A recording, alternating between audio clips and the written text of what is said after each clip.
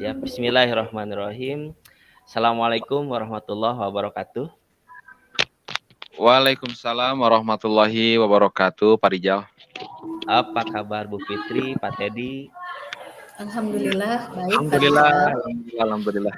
Ya, memang itu harapan kita, Bapak Ibu sehat semua. Insya Allah pada hari ini kita akan melakukan praktek coaching. Pada sesi ini saya bertindak sebagai pengamat. Bu Fitri sebagai coach dan Pak Teddy sebagai coach ya. Nah, sebelum acara ini kita lanjutkan pada proses coaching, ada beberapa pertanyaan yang ingin saya sampaikan kepada Pak Teddy sebagai coach mengenai kompetensi yang ingin dikembangkan. Terutama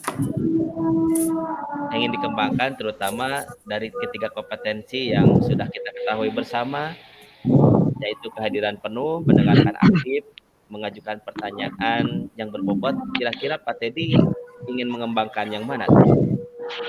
Dari ketiga itu mungkin ya saya yang memang menjadi kekurangan saya dan mohon nanti dikoreksi dalam dalam pengamatan Pak Rijal sebagai observer, ya tentu membuat pertanyaan yang berbobot.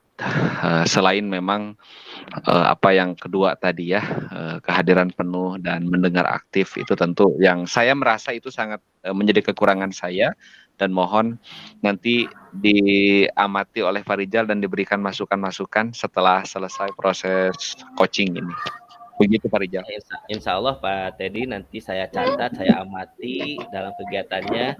Tapi jangan lupa dalam kegiatan coaching ini Pak Teddy harus bisa menyampaikannya sesuai alur tirta, baik dari segi tujuan, identifikasi masalah, rencana aksi, dan tanggung jawab ya. Pak Teddy mungkin sudah paham, dan insya Allah apa yang Pak Teddy tuju, target, sasarannya tadi kaitan yang akan dikembangkan kompetensi yang akan saya observasi, insya Allah sudah saya catat mengenai keterampilan dalam mengajukan pertanyaan yang berbobot.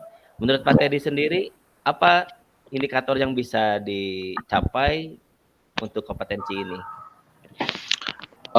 Untuk indikator yang bisa dicapai tentu nanti akan terlihat dari respon coach ya Pak ya. Pada saat saya mengajukan sebuah pertanyaan yang berbobot, tentu itu akan menggali informasi yang memang juga pasti berbobot gitu ya. Dari mulai si coachnya ini bisa mengidentifikasi masalahnya sendiri sehingga dia bisa memetakan masalah gitu kan. Lalu kemudian dengan pertanyaan yang berbobot juga, tentu si coach ini juga merasa nyaman bisa diajak berpikir bersama sehingga coachnya ini justru mereka sendiri yang menemukan solusinya itu sendiri gitu dari pertanyaan-pertanyaan yang saya ajukan. Nah itu sih harapan saya seperti itu, Ya, Pak. sip, bagus sekali harapannya Pak Teddy tadi, terutama berkaitan dengan kenyamanan. Memang dalam proses coaching perlu kenyamanan biar bisa terbuka dalam berkomunikasi dan obrolannya ya. Nah, Ya itu. baik, itu Bu Pak Teddy dan Bu Fitri sudah siap? Mangga dipersilahkan untuk memulai proses coachingnya. Baik, terima kasih Pak Rijal. Oke, Assalamualaikum Pak Teddy. Waalaikumsalam warahmatullahi wabarakatuh. Gimana kabarnya Bu Fitri? Udah lama nggak ketemu kita. Iya, alhamdulillah Bapak. Apakah Pak Teddy punya waktu luang hari ini Pak? Alhamdulillah Bu, hari ini saya kebetulan lagi santai. Sepertinya ada yang mau diceritakan nih. Jarang-jarang sekali menghubungi saya. Silahkan Bu. Iya betul sekali nih Pak, saya nih mau curhat tentang masalah saya di kelas. Mudah-mudahan Pak Teddy bisa membantu saya. Insya Allah Bu, silahkan. Apa nih kira-kira yang mau kita bicarakan, yang mau Ibu ceritakan untuk obrolan di sore ini?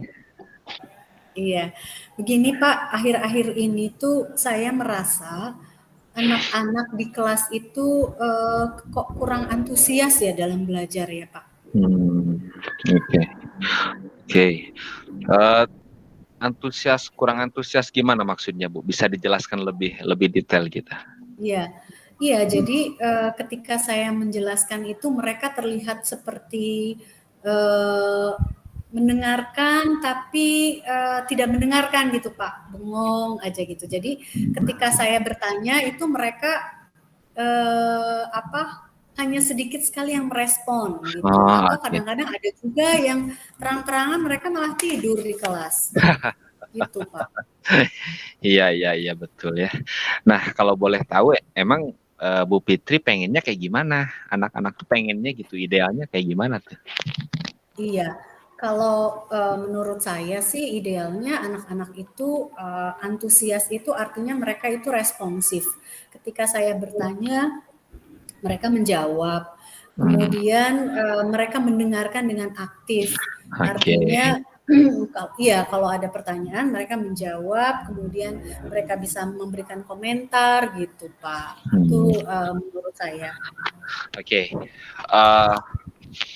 Kalau kondisi hari ini nih yang Bu Fit lihat gitu ya, saya pengen tahu dulu gitu. Kalau kita berikan penilaian dari 1 sampai 10 dengan kondisi ideal yang tadi Bu Fitri sebutkan, itu sekarang ada di posisi berapa? Kayaknya di posisi 6 deh, Pak. Posisi 6. Udah bagus dong, kalau 6 udah bagus. 5 deh. Oh, 5 kayaknya deh, Pak. Iya. Oke. 50-50. Pengennya ke berapa?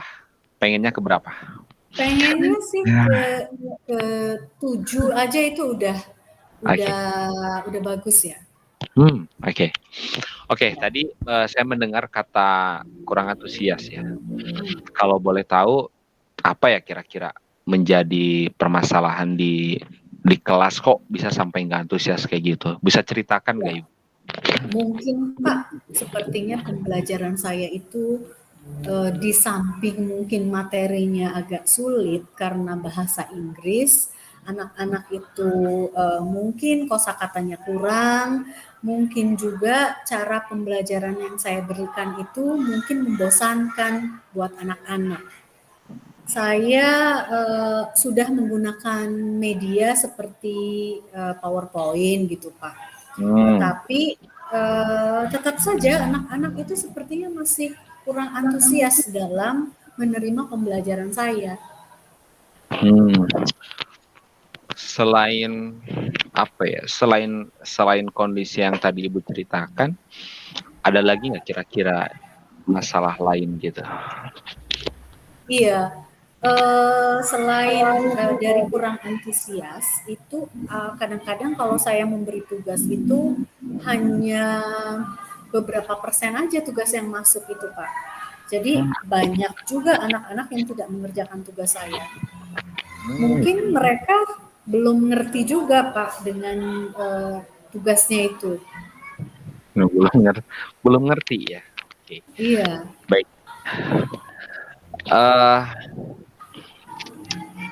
Untuk apa ya? Untuk supaya anak ini antusias, sebelumnya Bu Fitri apakah pernah melakukan ikhtiar Bu Fitri sebagai guru gitu kan? Apakah ada rencana ke depan mau kayak gimana gitu supaya anak ini memang memiliki antusias yang lebih bagus gitu ketika proses pembelajaran dengan Bu Fitri?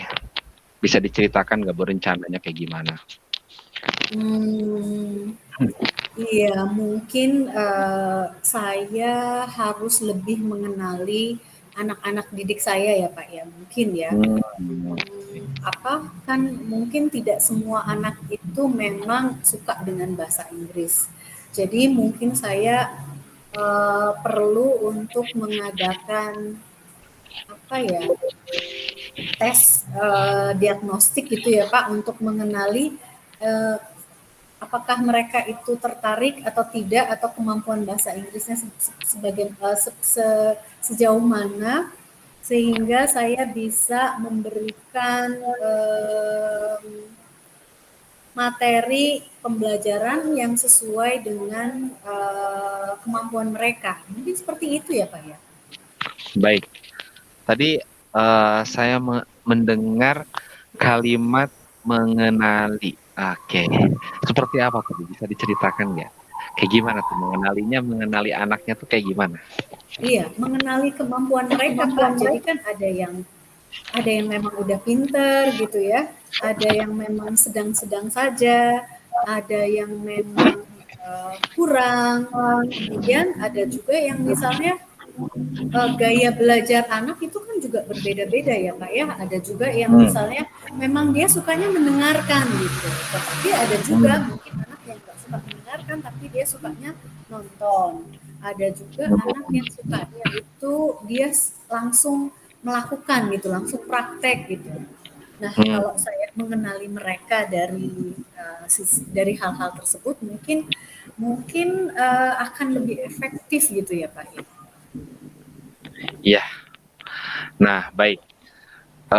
Tadi apa namanya yang dijelaskan Bu Fitri itu bahwa ada perbedaan kemampuan di anak dan gaya belajar anak nih. Nah, gimana nih ikhtiar Bu Fitri ketika melihat kondisi seperti itu? Apakah sudah pernah mencoba gitu apa ya dalam proses pembelajarannya itu memberikan apa gitu? Boleh dijelaskan? Sebetulnya sih belum, Pak. Saya masih menggunakan metode lama seperti ceramah gitu ya. Nah, mungkin setelah saya mengenali gaya belajar dan kondisi anak-anak, mungkin nanti saya juga akan bisa melakukan diferensiasi berdasarkan kemampuan dan gaya belajar mereka, Pak. Oke, baik. Baik, Bu. Tertarik tuh saya dengan istilah diferensiasi ya. Nah, diferensiasi yang seperti apa, Bu? Bisa dijelaskan nggak? Iya, diferensiasi mungkin sesuai dengan gaya belajar. Mungkin nanti saya bisa melakukan diferensiasi dari segi konten, misalnya konten materinya. Mungkin saya akan melakukan memberikan konten-konten yang beragam sesuai dengan minat dan bakat anak-anak. Kemudian di dalam prosesnya juga dan di dalam pemberian tugas supaya prosentase tugas yang masuk itu bisa lebih meningkat, mungkin seperti itu, Pak. Baik. Itu keren tuh idenya ya. Kayaknya itu mudah-mudahan bisa jadi solusi. Bisa Bu Fitri praktek gitu nanti diuji cobakan. Mau kapan tuh ini kira-kira mau diaplikasikan dalam proses pembelajaran di kelas? Kira-kira mau kapan? Ya, insya Allah secepatnya sih Pak. Kalau bisa mungkin besok saya akan langsung mengadakan tes diagnostik itu. Saya akan mempersiapkan aplikasi tesnya. Bukan aplikasi, instrumen tesnya itu. Oke. Baik. Itu luar biasa loh Bu Fit. Ide yang barusan Bu Fit ceritakan tersebut gitu ya. Dari yang pertama tadi kan itu permasalahannya kurang antusias. Lalu kemudian Bu Fitri mengidentifikasinya, mau mengenalinya dengan diagnosis assessment gitu ya. Lalu kemudian mau membuat sebuah perencanaan pembelajaran yang berdiferensiasi tadi ya, dari mulai proses dan lain seterusnya. Dan rencananya bulan ini Bu Fitri akan mencoba dan mudah-mudahan bisa direalisasikan ya Bu ya. Luar biasa, ide-idenya sangat luar biasa. Saya senang sekali ketika mendengar cerita Bu Fitri hari ini sore ini. Jadi saya juga malah mendapat inspirasi juga dari permasalahan Bu Fitri. Nah, mudah-mudahan bisa direalisasikan ya Bu ya. Iya. Amin, insya Allah Pak. Baik Pak, mungkin Bapak ada hal lain yang masih ada hal lain yang mau dikerjakan mungkin Pak. Saya izin mohon pamit untuk kembali ke ruang guru ya Pak ya. Iya Bu Fit, silahkan. Terima kasih sudah mau berbicara, mau datang ke sini. Mudah-mudahan obrolannya bermanfaat insya Allah. Dan nanti saya tunggu kita sharing lagi setelah Bu Pit melakukan proses perencanaan tadi ya yang akan dilakukan oleh Bu Fitri di kelas, mudah-mudahan ada dampak gitu ya, ada perubahan pada antusias anak. Terima kasih Bu Fitri. Amin, amin. Terima kasih Pak Teddy. Sekarang saya sudah merasa lega karena apa yang tadi sudah saya ceritakan. Mudah-mudahan nanti rencana yang saya sudah sampaikan tadi mudah-mudahan bisa segera terrealisasi. Amin. Terima kasih ya Pak Teddy. Ya, sama-sama Bu Fitri. Waalaikumsalam. Terima kasih nih Pak Teddy, Bu Fitri yang sudah melaksanakan proses coaching dengan baik sekali. Ya, bagaimana nih? Dah lebih lega ya mungkin kalau sudah melaksanakan beberapa tahapan tugas. Ya, saat ini kita akan coba kita evaluasi bersama hasil dari pengamatan saya terhadap proses praktik coaching yang Bapak Teddy dan Bu Fitri lakukan. Memang kalau secara garis besar sudah terlihat alur tirtanya baik dari segi tujuan, identifikasi masalah, rencana aksi, dan tanggung jawabnya sudah sangat terlihat sekali. Dan kaitan dengan kompetensi yang Pak Teddy ingin kembangkan sebagai coach, sepertinya sudah nampak juga ya. Sudah nampak dengan salah satu yang terlihat ya Bu Fitri lebih leluasa dalam memunculkan ide dan gagasan-gagasannya. Pertanyaan-pertanyaan Pak Teddy juga bisa menstimulasi Ibu Fitri agar menemukan potensi ide dan gagasan yang berkaitan dengan solusi masalah yang sedang dihadapinya. Mungkin alhamdulillah sudah terlihat. Kalau Pak Teddy sendiri bagaimana itu berkaitan dengan kompetensi yang sedang tadi dikembangkan, apakah menurut Pak Teddy indikator-indikatornya yang sudah muncul atau belum, Pak Teddy? Kalau melihat indikator sih, saya memang melihat Koci dia mampu mengidentifikasi masalahnya sendiri, lalu kemudian bahkan Koci juga tadi saya lihat beliau juga sudah mampu gitu ya menghadirkan ide-ide yang memang idenya datang dari Koci sendiri dan mudah-mudahan bisa dilaksanakan nanti dalam kegiatan dalam pelaksanaannya di kelas dan mudah-mudahan juga berdampak pada tujuan yang memang ingin dicapai oleh Koci. Begitu Pak Rijal. Tapi kalau dalam proses tadi coachingnya sih tentu Pak Rijal yang melihat lah seperti apa. Iya.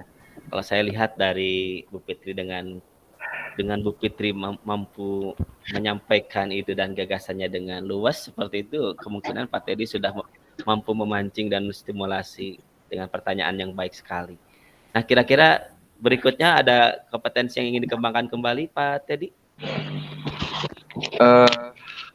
Kompetensi ya tentu mungkin saya harus lebih sering lagi mencoba melakukan percakapan dengan model Tirta ini, terutama melatih di dalam memunculkan pertanyaan-pertanyaan yang berbobot gitu ya Pak, sehingga Koci ketika saat saya sedang melakukan proses coaching makin merasa nyaman pada saat dia bercerita masalahnya, lalu kemudian bisa diajak berpikir bersama untuk mencari solusi dan seterusnya. Tentu ini kan perlu jam terbang mungkin Pak ya, perlu jam terbang dan perlu terbiasa gitu untuk berbicara dengan model alur Tirta ini. Begitu Pak. Ya, terima kasih Pak Teddy yang sudah melaksanakan proses coaching bersama Bu Fitri sebagai coachingnya. Mudah-mudahan apa yang kita lakukan hari ini bermanfaat, menambah kematangan kita dalam melakukan proses coaching, dan mudah-mudahan juga segala sesuatu yang kita lakukan menjadi amal soleh untuk kita semua. Terima kasih. Amin. Assalamualaikum warahmatullahi wabarakatuh. Waalaikumsalam warahmatullahi wabarakatuh.